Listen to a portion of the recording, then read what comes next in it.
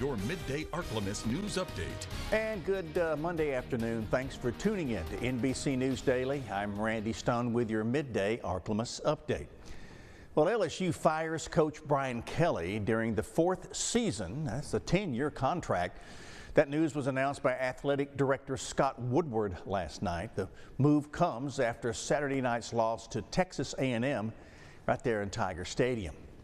The Tigers are now virtually eliminated from college football playoffs with its loss to the Aggies, and LSU would have to pay Kelly more than $52 million through 2031. But the precise figure is now unclear. Kelly was hired when his predecessor, Ed Orgeron, or Coach O, stepped down following the 2021 regular season. On the topic of LSU football, Governor Jeff Landry says LSU and its Board of Supervisors should rethink plans to raise ticket prices after Saturday's loss.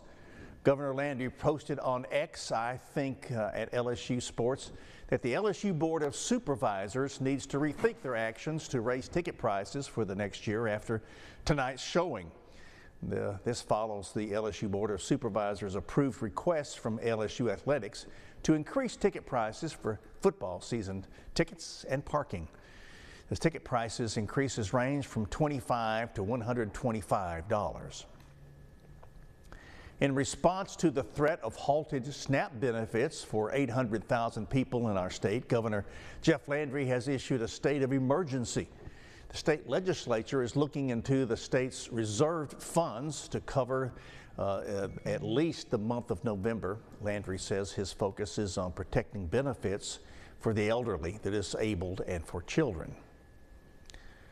Well, Louisiana's special legislative session now continues, and over the weekend, lawmakers sought to prepare for a decision from the U.S. Supreme Court on redistricting. Senate Bills 1 and 2, which postponed Louisiana's spring primary elections by a month, passed the Senate after a brief debate. It's authored by Republicans of Port Allen. The bills faced Democratic opposition, who argued they're based on speculation about the U.S. Supreme Court's pending redistricting ruling. The measures now move to the House. And in the courts, a Monroe family will receive more than $40 million in damages after a jury found a privately owned jail liable for a man's death in 2015. Erie Moore Sr. was arrested for a misdemeanor of disturbing the peace, and at the time, police said he was uncompliant with officers who restrained him. Moore led to a secluded part of that jail and was repeatedly beaten until he was unconscious. No one has been criminally charged in Moore's death. The jury ordered LaSalle Management Company and the Richwood Correctional Center to pay $23 million in punitive damages, $19 million in compensation to Moore's 3 adult children. We'll continue to deal with the clouds not much this afternoon with a few peaks of sunshine. Temperatures will be holding mostly mild in the lower 70 range, and winds will be calm out of the north-northwest. As we kind of head into tonight, our temperatures will be falling to mid-50s, so a little bit cool. Clouds will still linger, and then for tomorrow, we are expecting a front to arrive, which will spark up some showers across the region.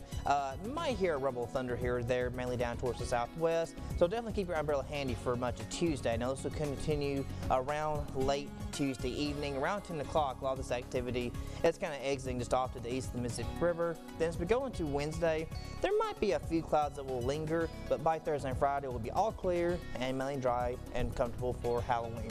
So tonight we're going to fall to mid-50s, partly cloudy. Then tomorrow, keep your umbrella handy, it'll be cloudy and just a little bit rainy.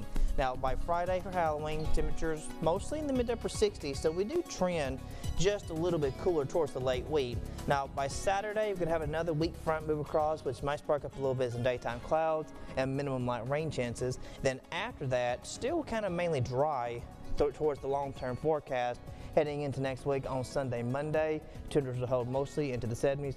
So it's going to be mostly comfortable really for the rest of the week. It's just tomorrow we have those widespread showers, and lows will be falling mostly to the mid-40s for late this week and through the weekend.